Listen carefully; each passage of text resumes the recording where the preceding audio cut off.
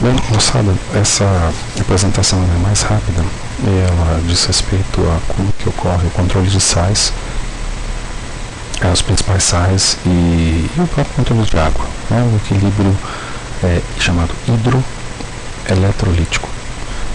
Alguma coisa que talvez lembre um pouco o equilíbrio ácido-básico que vocês devem ter visto na bioquímica, só que de uma maneira um pouquinho diferente para a biofísica, ok?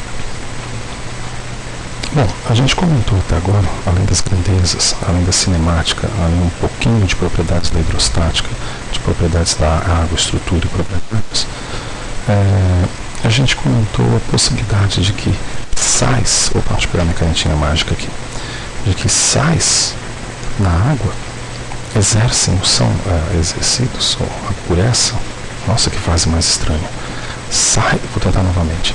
Sais contidos na água sofrem a ação direta, a influência da água, que faz com que esses sais sejam solubilizados. Tá? A solubilização desses sais levam à formação de íons, e parte desses íons podem atravessar membranas semipermeáveis. A gente pode considerar uma membrana semipermeável aqui, como sendo uma membrana celular, ou uma dupla camada lipídica, ou uma membrana dupla como interna e externa de uma mitocôndria, enfim, uma membrana que permita a divisão espacial, tá ok?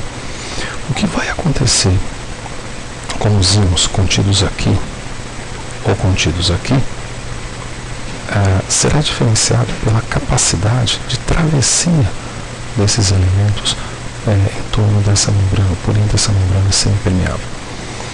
Alguns solutos ou algumas substâncias, elas não dependem tanto, não tem uma dependência estrita da permeabilidade da membrana. Isso diz respeito muito a gases.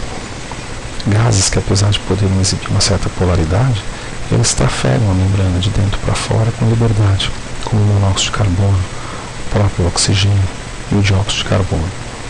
Já alguns íons, como sódio, cloro, cálcio, potássio, várias proteínas, açúcares e outras substâncias, elas dependem muitas vezes desse transporte mediado por uma membrana semipermeável da presença de um transportador aqui colocado, ou alguma coisa que valide esse transporte.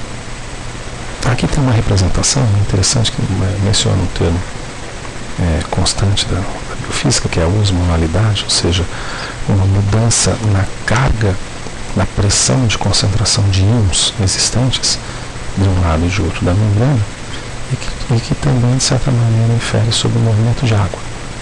A gente tem dois grandes fenômenos que vão ser assunto de uma próxima apresentação no transporte. Um desses fenômenos é chamado de difusão, ele diz respeito à passagem de solutos, principalmente do ponto de vista biológico e biofísico, entre membranas semipermeáveis, e o outro, osmose, que diz respeito à passagem de solvente, portanto de moléculas de água entre essas membranas.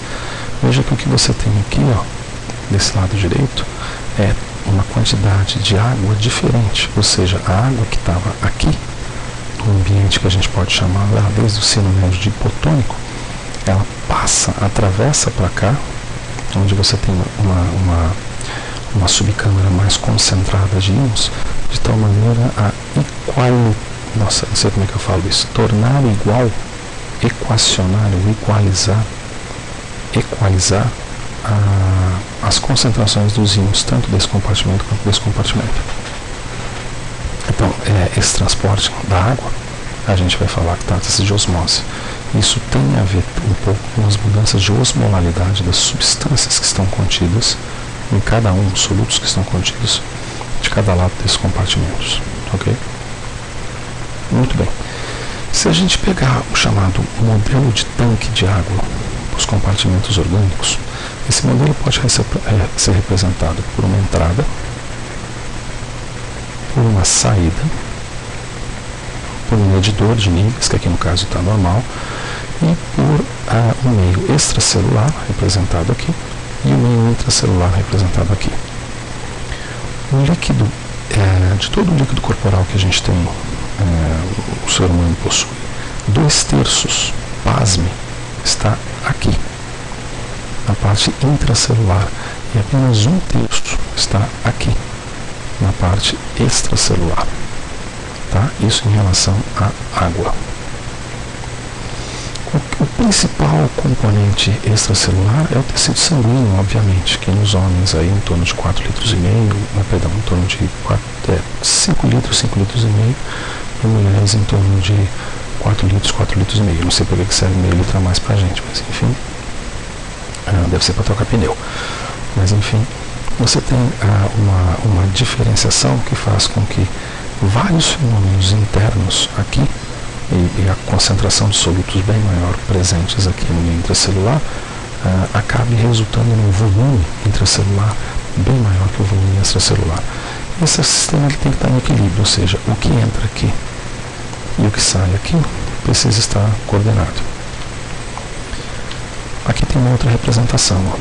ICF é a sigla em inglês de líquido intracelular, ou fluido intracelular. Tá? Aqui está representado como 67%, então não estou mentindo, né?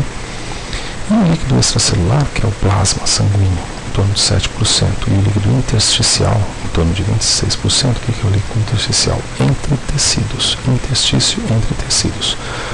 Vai representar mais ou menos 1/3 da quantidade total. Naquele modelo de tanque-água, aqui diz respeito a o que acontece com a depressão, a redução do volume e a expansão do volume. Tida, se você tem aqui, por exemplo, um volume de água normal, a depressão do volume, quando sai mais água do que entra, faz com que as células tenham, acabam exibindo um fenômeno chamado de deplasmose, um fenômeno no qual a célula vai se encolhendo. Por outro lado, uma turgescência que pode ocorrer a partir do momento em que entra muito mais água do que sai aqui. Essa figura, portanto, diz respeito ao intake, ou seja, o consumo em torno de meio litro a 5 litros diários de água por dia e por onde que essa água é escoada. No caso aqui, uma perda pelos intestinos, uma perda pela respiração e suor e uma perda renal. Olha só a perda renal. Certo? Se a gente considera os eletrólitos presentes na água, os principais, ou melhor dizendo, os eletrólitos presentes no plasma, portanto no líquido do tecido sanguíneo, é que representa mais ou menos 7% do volume total.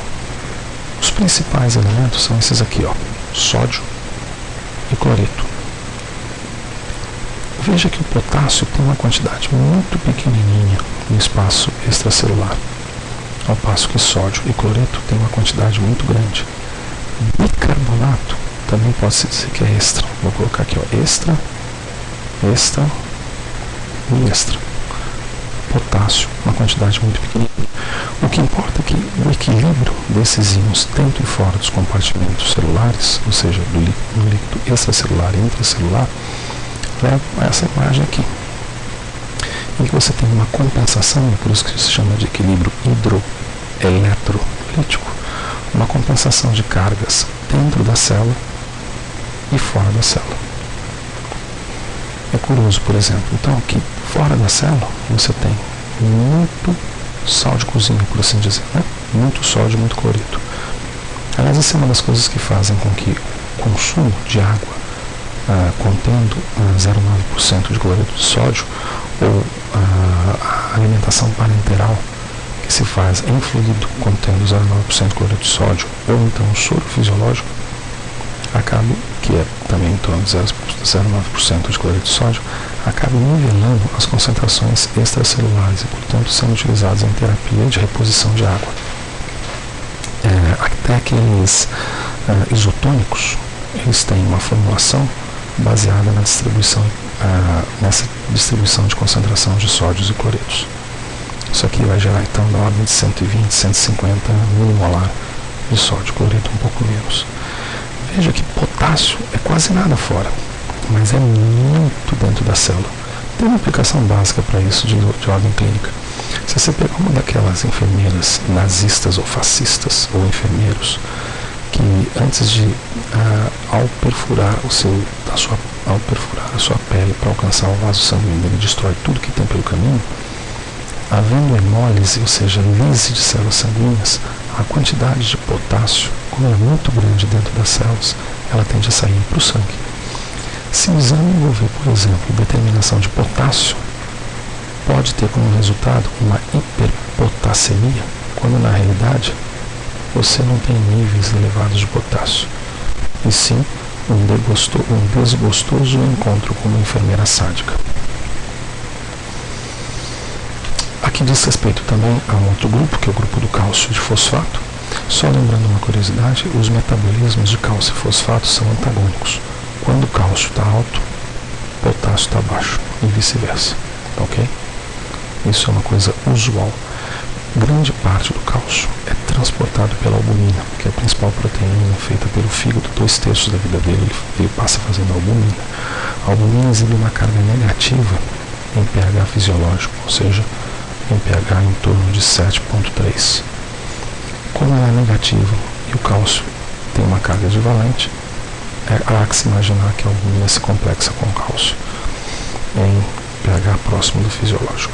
A distribuição do cálcio, por fim, como última apresentação, diz respeito, nos infere aqui que o cálcio contido, o cálcio que é distribuído pelos tecidos, ossos e tecidos representam 25%, e o líquido extracelular representa 75%. Parte é perdida pelo suor, parte é perdida pelos rins, mas a reposição toda é feita pela liberação hormonal de cálcio, calcitonina e outros hormônios afins. Ok? Perfeito. Essa, portanto, é mais uma pequena apresentaçãozinha.